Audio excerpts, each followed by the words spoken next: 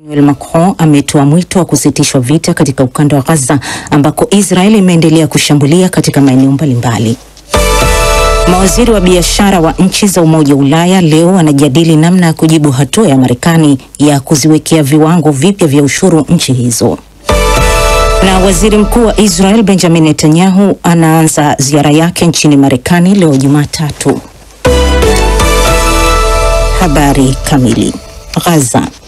Israel imeshambulia mahema yanayotumiwa kama makazi na Wapalestina katika ukanda wa Gaza nje ya hospitali mbili kubwa kwenye ukanda huo na kuua kiasi watu wawili ikiwemo mwandishi wa habari na kujeruhi watu wengine 9. Shambulio hilo la kuamkia leo limeripotiwa baada ya kufanyika mashambulio mengine yaliyoua takriban watu 15 kwa mujibu wa hospitali za ukanda wa Gaza. Vita vya Israeli dhidi ya kundi la Hamas ambavyo viko katika mwezi wake wa 18 vimeua zaidi ya Wapalestina 50,000, wengi wakiwa ni wanawake na watoto kwa mujibu wa Wizara ya Afya ya ukanda wa Gaza. Kundi la Hamas bado linawashikilia mateka raia wa Israel 59, 24 ikiaminika bado wako hai. Cairo. Rais wa Ufaransa Emmanuel Macron ametoa mwito wa kusitishwa vita katika ukanda wa Gaza wakati akiwa ziarani nchini Misri ambako pia amesisitiza kuondolewa kwa vizuizi dhidi ya misafara ya msaada wa kibinadamu. Macron amekutana na Rais Abdel Fattah al-Sisi mjini Cairo leo na baadaye na Mfalme Abdullah wa pili wa Jordan ambao wote ni washirika wa karibu wa nchi za Magharibi na ambao pia wamekuwa wakitoa mwito wa kusitishwa vita Gaza.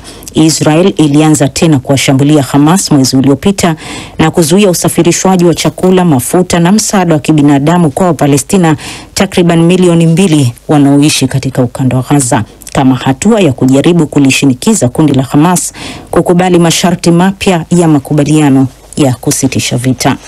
Brussels.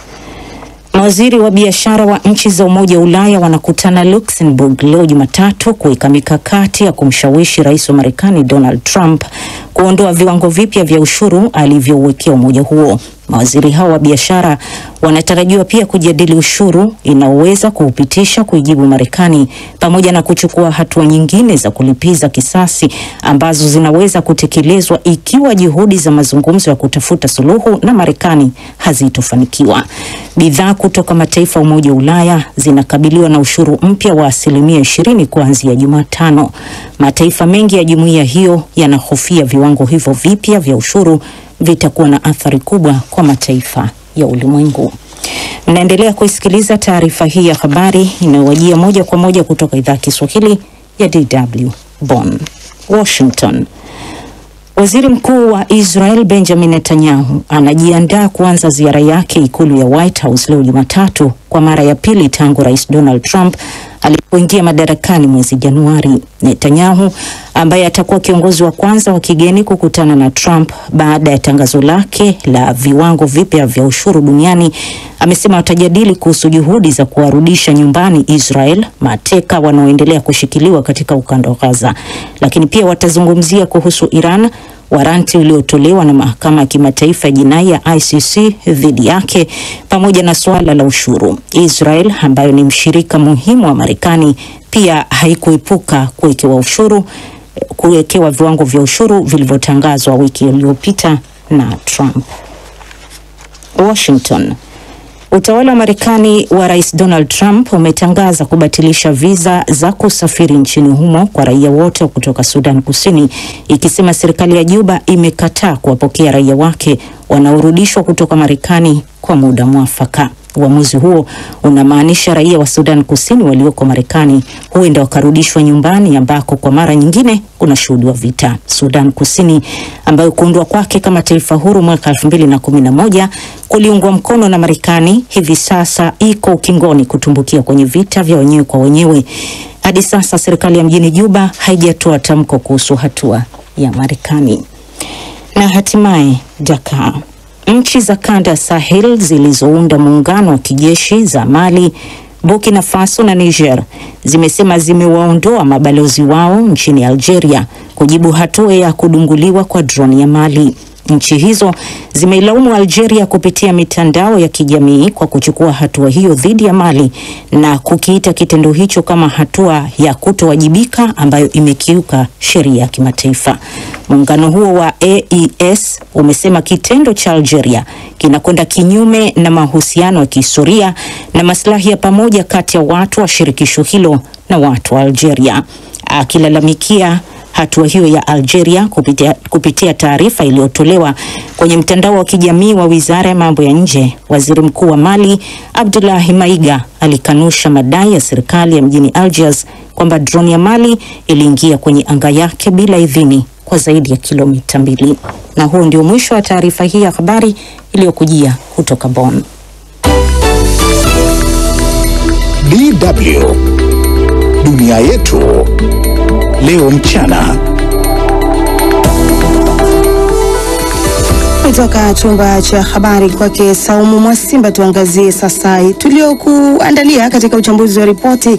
Ni watu wasiopungua 15 wakiwemo mwandishi mmoja wa habari wameuawa leo kwenye ukanda wa Gaza. Maafisa wa Ukraine watasafiri kuelekea Marekani mapema wiki hii ili kujadili mkataba wa madini. Na chama kikuu cha upinzani nchini Tanzania Chadema kinaonekana kuingia kwenye mtikisiko mkubwa. Kwa haya na mengine mengi, msikilizaji na mtazamaji, na kusihi salia nasi. Tuko mubashara kupitia chaneli yetu ya YouTube, vile mubashara kupitia Facebook, tafuta DW Kiswahili, na pia unaweza kutusikiliza kupitia redio wa shirika. Tuendelee na uchambuzi. Chama kikuu cha upinzani nchini Tanzania Chadema kinaonekana kuingia kwenye mtikisiko mkubwa wa ndani, wakati huu viongozi wakuu wa chama hicho wakiendelea kufanya mikutano ya nchi nzima kuhamasisha kile wanachokiita kampeni ya kuzuia uchaguzi wa Oktoba mwaka huu, mwaka 2025, endapo hakutakuwa na mabadiliko ya kimsingi kwenye sheria, kanuni na mwenendo wa uchaguzi wenyewe. Mojawapo ya matukio ya karibuni yanayoendelea mtikisiko huu ni kufuata kazi aliyekuwa mtaalamu wa masuala ya jinsia na mjumbe wa kamati kuu ya chama hicho Catherine Ruge, ambaye ni miongoni mwa kile kinachojulikana kama G55, kundi la wanachama wanaopingana na msimamo huo wa chama chao. Mohamed Helef amezungumza na mwanasiasa huyo na kwanza amemuuliza jinsi alivyoupokea uamuzi wa kufutwa kazi na chama chake. Siku 4 kabla ya kuwa nimeondolewa kwenye nafasi yangu ambayo ni mtaalamu wa masuala ya jinsia, nilipigiwa simu na katibu mkuu akiniambia niweze resign. Nikamwambia nitamrudia, na baadaye nikamrudia nikamwambia sioni kosa langu, kwa hiyo mimi nitaendelea kuitumikia nafasi yangu. Hilo nawaachia ninyi mamlaka ambao mliniteua. Kama mnataka kunitengua au kurevoke my appointment, then I'll be waiting. And maana yake ni kusema kwamba nilikuwa nimejiandaa kisaikolojia. Kwa sikushtuka, lakini kilichonishtua ni utaratibu uliotumika. Kabla tujakwenda katika utaratibu ambao umetumika, Catherine, unasema kwamba kumbe kabla ya hapo ulishatakiwa na katibu mkuu kwamba ujiuzulu mwenyewe katika nafasi yako. Yes. Na msingi hoja gani ambayo katibu mkuu alikupa kujiuzulu nafasi yako? Hoja ni kuwa kwenye hilo kundi la G55 kwamba mimi ni mjumbe wa secretariat kwa maana ya collective responsibilities. Uwajibikaji wa pamoja, kwa sababu wewe ni mjumbe wa secretariat ya chama, kwa hivyo hupaswi kuwa katika sehemu yote ambayo iko kinyume na msimamo wa chama ambao upo na unafahamika. Unavyokusudia, si ndio? Hiyo sasa. Sahihi. Lakini pia mimi sio tu mjumbe wa secretariat. Pamoja na kwamba mimi nilikuwa mjumbe wa secretariat, lakini mimi ni mgombea. Kundi hilo lilikuwa linaundwa na wagombea, watu waliogombea mwaka 2020, waliosimama majimboni. Kwa hiyo pamoja na kwamba mimi ni mjumbe wa secretariat, lakini bado mimi niligombea jimbo la Serengeti 2020. Kwa hiyo mijadala inayowahusu wagombea, kuna namna na mimi napaswa kujadili hayo mambo kwa sababu mimi ni beneficiary. Na kuelewa kwamba ni sehemu ya watu ambao wanahamu kwamba wagombea wa uchaguzi unaokuja, uchaguzi ambao chama chako kimsingi kimeshasema kwamba hakitoshiriki, na sio tu kwamba hakitoshiriki, ni kina upinga kuwepo kwake. Unajua kuna mambo hapa yanachanganya. Kuna kutokushiriki na kuzuia uchaguzi. Chama chetu kinasema uchaguzi, tutazuia uchaguzi. Lakini ukiangalia hakuna strategy ya kuzuia uchaguzi. Unazuia uchaguzi huko nje ya mchakato wa uchaguzi. Kwa sisi tulikuwa tunashauri namna bora ya kuzuia uchaguzi ni kwamba lazima uwe ndani ya mchakato. Uwe una wagombea, uwe una mawakala ambao wanaweza kusaidia kuzuia uchaguzi. Unazuiaje? Sasa tukiuliza hayo maswali hayajibiwi. Ni mtaalamu wa masuala ya jinsia na mjumbe wa kamati kuu ya chama hicho Catherine Ruge, chama cha Chadema. Tukisonga mbele, Wakenya 78 waliookolewa kutoka Myanmar wamerejea nchini humo majuma mawili baada ya kundi lingine kurejeshwa. Wakenya hao wameelezea mateso waliopitia katika siku 40 ya kuhadaiwa kupata nafasi za kazi. Shisia Wasilwa na maelezo zaidi. Idadi hiyo inafikisha mpaka sasa raia wa Kenya 153 ambao wameokolewa kutoka mikononi mwa walaghai nchini Myanmar. Kwa mujibu wa athiriwa kadhaa, safari yao ilianzia hapa nchini Kenya walipoahidiwa kazi zenye malipo mazuri nchini Thailand na mawakala wa hapa nchini Kenya. Wakiwa na matumaini makubwa, walijitahidi kupata hati muhimu za kusafiria pamoja na fedha za gharama za safari bila kujua kuwa walikuwa wakielekea kwenye jinamizi. Jamaa huyu aliyejifunika kwa barakoa anajitambulisha kwa jina Dana, anaelezea kadhia yake. Ilikuwa ni tuibie watu online. Wizi, unaiba tu direct, tuibie mtu, uconfuse mtu na umuibie. Kuna serikali huko unafanyia kitu chochote. Ukijaribu kusema kucomplain, utapewa punishment, wanakuambia kwamba 200,000.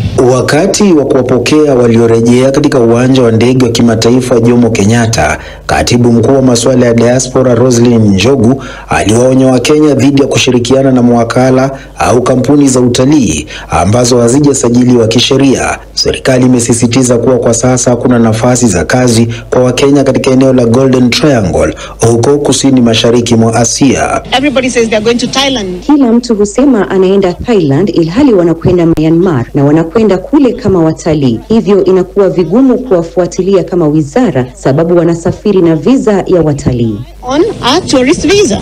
Waathiriwa wengi walielezea kuwa walipowasili walipatwa na mshangao mkubwa walipogundua kuwa hawakuwa wamewasili Thailand bali Myanmar. Waathiriwa walielezea hali waliokuta Myanmar kama ya kutisha. Wengi walifungiwa ndani ya jengo lililojaa kompyuta na kulazimishwa kushiriki katika ulaghai wa mitandaoni. Wakachukua passport, tukaangaliwa kwa njia, tunashuka, tunapewa picha, tunaingia ndani ya gari. Tulipata check-ups kama 3 na kutoka Bangkok City tulitravel for 9 hours. Nataka niwaambie watu na narudia, hakuna kazi Thailand.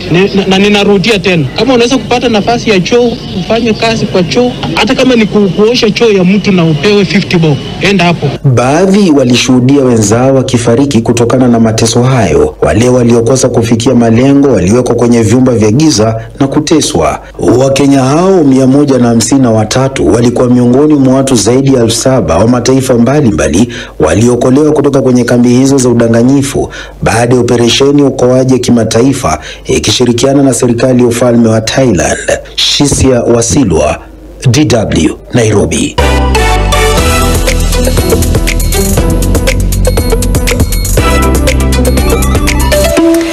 Upande wa pili wa studio tayari Amina Abubakar amejaja kutuweza kutuarifu yale yanayovuma katika mitandao ya kijamii. Amina, mambo vipi?